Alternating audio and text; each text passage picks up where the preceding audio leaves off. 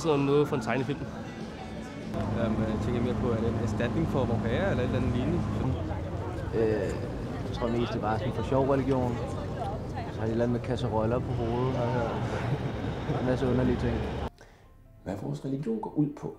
Jo, kort fortalt, så går det ud på at prøve at finde ud af indtil, hvad er virkelighed. Ikke, hvad tror jeg? Ikke, hvad troede mine forældre på? Ikke, hvad tror de andre om mig, hvis ikke jeg tror som dem? Men, hvad er op og hvad er ned? Ligesom fuck og grin, tror jeg på. Antireligiøs? Ja, nej, det er ikke antireligiøs, men det er bare sådan at sige, at hvis de tror på noget, som de ikke kan se, så tror jeg også på noget, jeg ikke kan se rigtigt. Og så er det rigtigt. Altså, det er det, jeg tror, det er. Det har nok været det værste ved vores fødsel, hvis man kan sige det sådan, som religion. Den her deling med, at folk ser os som satire. Satire i sig selv er en god ting. Satire kan være fantastisk. Det kan være et godt middel til både lærdom, det kan være et middel til debat, og det kan være et middel til latter. Og jeg kan lide alle tre ting, og synes, det er meget, meget vigtigt for et menneske at have i sit liv. Men der, hvor problemet opstår, det er dem, som tror, at vi håner. Og det gør vi ikke. Vi har aldrig været skabt som til at håne. Det har aldrig været vores budskab. Igen, da vi lavede moddemonstrationen over i USA, den som fangede mig, den som gjorde, at jeg begyndte at tro. Det var aldrig for at håne evangelisterne. Det var for at give et nyt tilbud. For at give en ny form for kærlighed. Jeg synes, det er en religion, og jeg synes, at vi skal anerkende som en religion. På det meget klare baggrund, at vi har mange af de samme kriterier, som alle andre religioner opfylder. At der er nogen, der mener, at det er satirisk. Det er deres sag. Og igen, jeg går ind for, at vi ikke har nogen regler, så jeg skal heller ikke gå ind og sige, hvad de skal føle, eller mene, eller tænke. Ateister må også gerne melde sig ind, så selvfølgelig må folk, som tror, det er satire, også godt melde sig ind. Jeg tror ikke, det er satire. Jeg tror, det er et middel til at skabe en debat, og det kan jeg godt lide.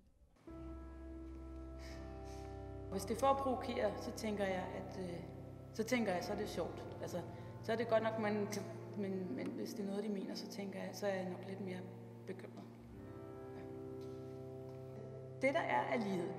Hvis jeg antager, at de faktisk mener det, de siger, så er der jo den lighed, at man har en tro på noget, som er uhåndgribeligt umiddelbart. Men det er jo altså også det længste, jeg vil strække mig til at sige, at der er ligheder. Men det, at de har en idé om, at de overhovedet kan blive anerkendt som en religion, det synes jeg forfladiger alle religioner. Fordi at alle religioner har noget stort i sig. Altså, de har en lang fortælling og en lang tradition, og de har en masse historie. Og hvis man kan få Pastafari, som jo egentlig ikke er noget umiddelbart anerkendt. Hvis man bare tænker, at man kan få det anerkendt som en religion, så synes jeg, at man tager religion meget lidt alvorligt. Hvis ikke de skaber nogle dårlige ting for mennesker, og hvis de holder det positivt. Men jeg ved ikke rigtigt, om jeg synes, man overhovedet bør tilføje flere religioner i dag. Jeg synes, det kunne blive rigeligt. Når man søger godkendelse, så søger man godkendelse som et trossamfund, og man bliver godkendt som et trossamfund. Og det er en organisationsform, som der er nogle bestemte regler om. Blandt andet, hvis man kan godt være et trossamfund uden at være godkendt, så er der ikke så mange regler. Men hvis man vil være godkendt, så skal man blandt andet være x antal medlemmer, 50 eller 150. Man skal have vedtægter, man skal have klare målsætninger, retningslinjer osv. osv. Alt det er sådan formelt. Men så skal man også på en eller anden måde gøre gældende, at man har gudsdyrkelse som sit hovedformål. Det er en af de allermest... Det er det springende punkt i spørgsmålet om godkendelse, hvorvidt trossamfundet har gudsdyrkelse som hovedformål.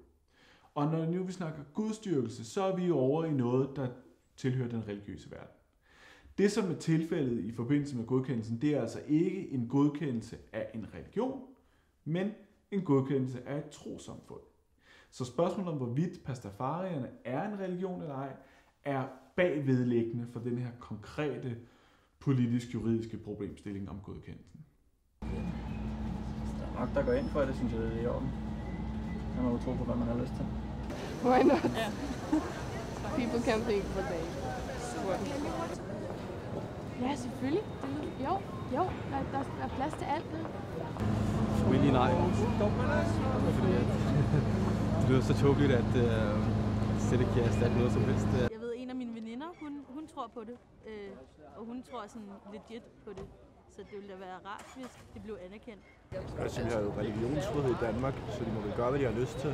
Jeg er ret ligeglad, hvis de har lyst til at lave en religion, så kan de godt gøre det.